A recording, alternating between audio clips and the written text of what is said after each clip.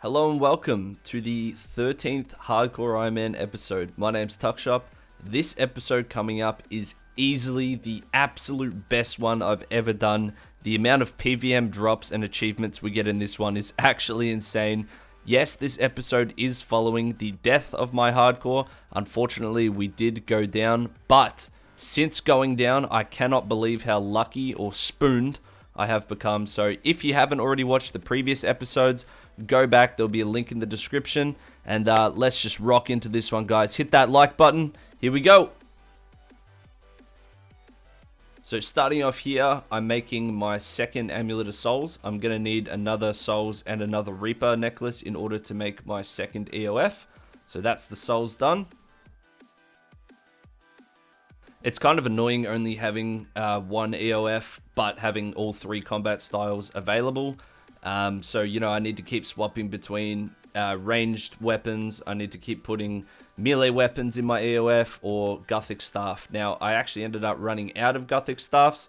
So that's what you're seeing here. My buddy Luke's actually, he's scouting me, helping me get to the Mage Bank. It's quite spooky to go in on a Hardcore Ironman, but thankfully we did survive. So I stocked up on G Staffs, at least until I can buy my second EOF. And of course, in order to make the EOF, I'm going to need lots and lots of fortunate components, 50 to be exact. So I'm farming clue scrolls, I'm just really hunting all of those fortunate components, and eventually we will hit 50, and I'll make my second EOF shortly after. Up next is a clip taken from my Twitch. This is probably one of the most exciting moments I've ever had on my hardcore. This was a huge upgrade, so I'll just let this clip play out. And, yeah. Really staking, dude. Oh my fucking god!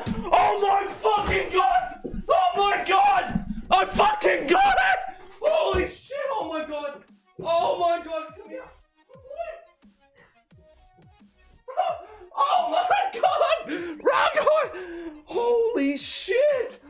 So the reason I was so overly excited is because I had done 580 kills at a Raxor. That's every single day for about a month and a half without getting an eye.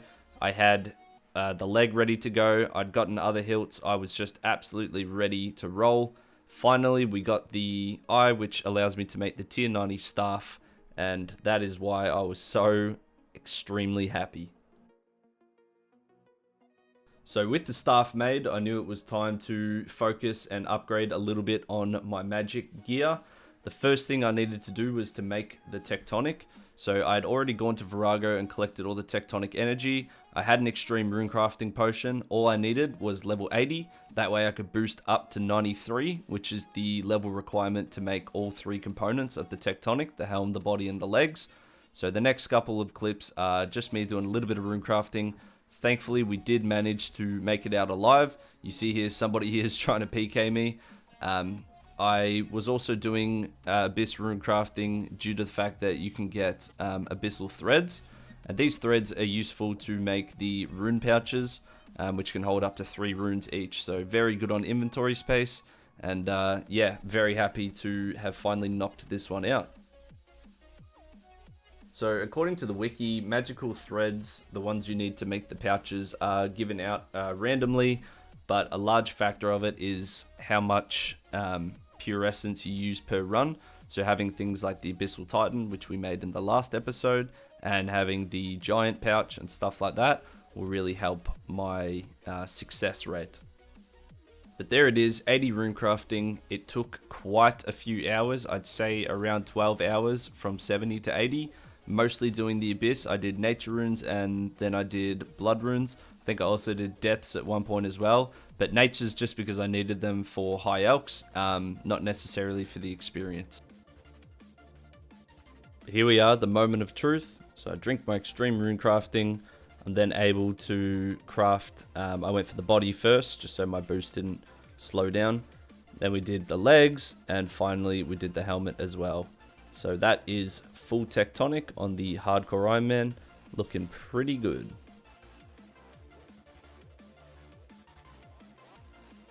Another nice little milestone coming up. This is 80 fishing. 80 fishing allows me to make the shark outfit, which can also be toggled to eat some of the fish, so a little bit AFK. I decided to do swarm fishing. I thought swarm fishing is good because you can get higher level fish, and since I have higher cooking than fishing, I decided to do that. I had a large stack of Mimic Kill tokens in my bank. You get these from skilling and just random intervals of doing things like that. So I chose the elite version. This has the highest drop rate of what I was after, which is the Scrimshaw of Aggression. And if you don't know, these Scrimshaws will basically allow a single target to come towards you and aggro you. So it's useful for stuff like Abyssal Demons or any real Slayer tasks. It's kind of the easy alternative to having to go get Searing Ashes for aggression potions in the wilderness, which is obviously going to be quite dangerous for a hardcore Ironman. So I stacked up quite a few of these aggression Scrimshaws, and I'll be using them in the future. Up next, this clip of me doing my Reaper task. I had Vindicta. That is 100 Reaper assignments completed, which I got a nice little chunk of points there at the end as well. And we continue to do these every single day. So since my death on the hardcore Ironman, I actually lost my tier 90 shield, and I'm trying to get it back. So I've been doing quite a lot of Rise of the 6. With the combat update as well, you can now teleport out of bosses like Rise of the 6, so it's quite risk-free for hardcore Ironman. The only real thing that can kill you is either Carol's Lightning in the Shadow Realm, or maybe a Spinning Brother, if you're familiar with how the boss works. But we are still grinding. I'm at almost 300 kill count now without another shield, but hopefully we will get one in the near future. So we're back at Raxor again. We are hunting the final item, which would be the Araxi Web. The supplies here are also really good. I will probably continue to do a Raxor. You get things like overloads, brews, rocktails, Raxite arrows, the list goes on. What I did not expect to get is this. What? What? What? No! What? What do you mean? What do you mean by that, dude? Get fucked, idiot! So this next clip coming up, I was just doing my Reaper task of a Raxor in the morning before I started my stream. I stream daily on Twitch at tuck_shop. Feel free to come check me out. I stream RS3 full time. I do a mixture between Mainscape and hardcore. But anyway, this clip here is me getting the final item that I needed to complete my Raxor weapons. And this was the Araxi Web. I was actually a little bit overwhelmed. I'd only just gotten the eye maybe 30-40 kills prior to this one. So extremely happy. I've finished all of the tier 90 weapons now at Raxor, and we can move on from this boss. And then this is me finally making the damn thing. So that's the Noxious Scythe, the Noxious Staff, and the Noxious Bow. All completed, all tier 90 weapons on a hardcore Ironman. Feeling pretty good about that. And just from doing Slayer and random bosses such as a Raxor, I obtained quite a few Triskelion pieces. You can use these in the southeast section of Fremennik. There's a little hole in the wall, so you put your key in, it gives you a guaranteed elite clue. And then it can also give you other loot such as dragon stones. There's also armor you can get, and even master clues as well. So we are using all of these up, and I'm sure I'll have a lot more in the future. This next level is actually quite an important milestone for me. This is 87 Fletching, and what this allows me to do is my famous +6 boosts so that I can start making Bacriminal bolts. Bacriminal bolts require both 85 woodcutting and 93 Fletching, and we are now able to boost for them. Just to be clear, I'm just making the bolts by themselves. I haven't attached any gems to them. It requires 94, I believe, for Ruby Bacriminals, which will be the entry-level ones that I want to make. I would also in the future like to make Onyx, which I think is 95, and 99 is Hydrix.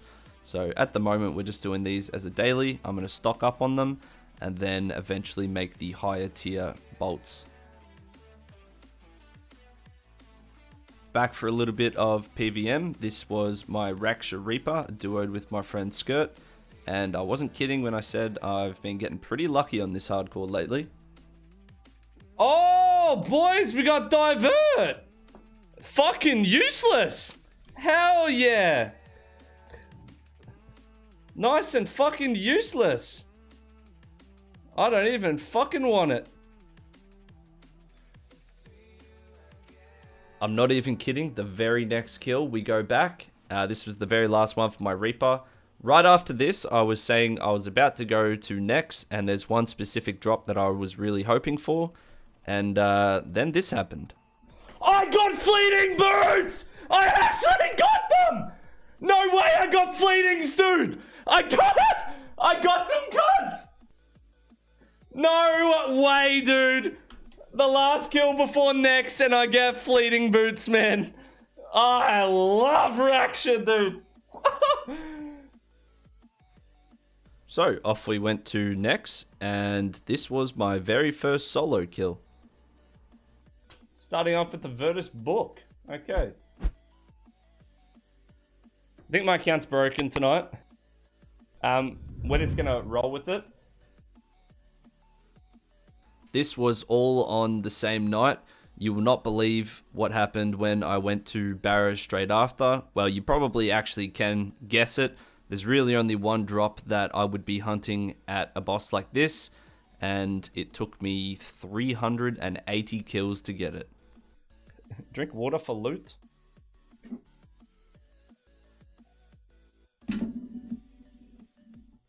Oh my god, it worked! Holy shit, I actually got it! Oh my god, I got it, dude! Are you kidding? I fucking love you, KZ! Oh my god, I got it, dude! 380 fucking kills, man!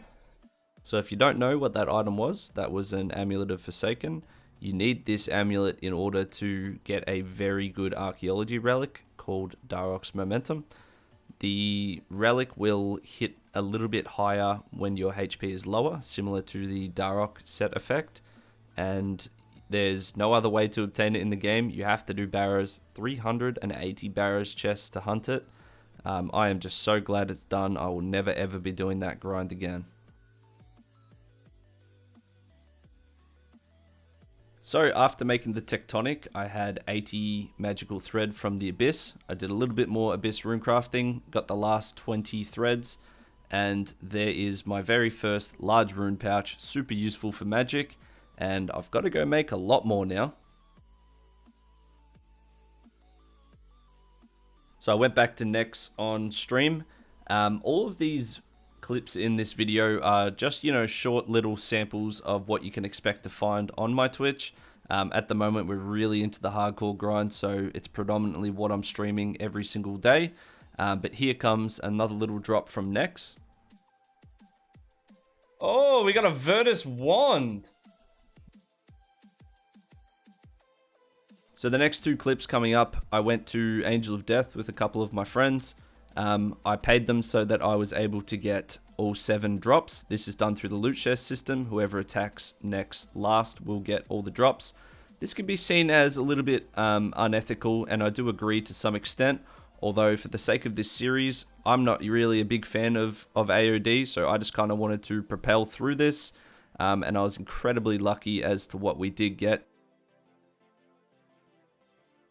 So yeah, in 8 kills, I managed to get myself 2 Praisal Codexes. These are required for the tier 99 prayer, and although I am extremely excited to have them, I do feel a little bit guilty as to how I obtained them, especially considering some of my friends on the team didn't even have 1, and there I am with 2. But in order to use the codexes, you need 99 prayer. That's why they're called tier 99 prayers. And for some reason, this slipped my mind. I was 98, so I said, fuck it, let's just get the very last level now. I was very excited to finally get this done so I can use my brand new codexes and use the new prayers. Here we go. 99 of the praying. Happy days, boys. We can use those 2 Praisal Codexes now. Thank you very much. So we went back to next after that. The reason I'm doing so many kills here is because I want to finish trim masterwork. In order to upgrade your regular masterwork, you need pieces of torva, and you break them down into components. You need 12 components in total, so we are hunting pieces of torva. Oh, torva plate legs, baby, let's go! Let's go! Torva plate legs, let's fucking go, boys! Thinking my luck had run out and not expecting anything else for the rest of the hour or hours to come, this happened. That didn't just happen! That did not just happen! Tell me I'm fucking dreaming! That did not just fucking happen! That didn't just happen! Tell me I'm dreaming! That's right, back-to-back torva plate legs.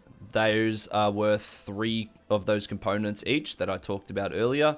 So I already have 6 out of 12 and we've barely started this boss. I think I've only got like 300 kills. Feeling very, very happy and actually looking forward to the rest of this grind. It's quite an adrenaline rush when you get the piece that you want. Here's another little drop that I needed as well. Boys, we got the ancient emblem. Oh my god, dude, that took so long. Dude, that took so long, man. 211 KC. Ancient emblem, bro. The first hardcore Ironman death, I also lost my magic kiln cape as I was doing Telos. The cape really isn't that hard to get back. It took me, as you see on the screen, like 30 minutes. I put it off for a little while, but now that I'm maging a lot more with tectonic and the rune pouch, etc., I decided it's time to go and get it back. All right, there's my mage cape back. If you guys have made it this far through this episode, I would really appreciate a comment down below and liking the video. Help me with that algorithm. I'm really hoping this hardcore series takes off one day. As you can see, I put a lot of time and effort into it, compiling all these clips, you know, getting ready and obviously streaming it as well. So just a simple thumbs up would help so much. Comment down below if you want anything to be seen in another episode. Here we go for another drop. Oi! Pernix chaps, boys! Pernix chaps! One last clip of next for this episode. I think these were like 2 kills in between. So yeah, really living up to my name, Spoonbeam. Here is another drop. Well, there's some more Pernix, boys.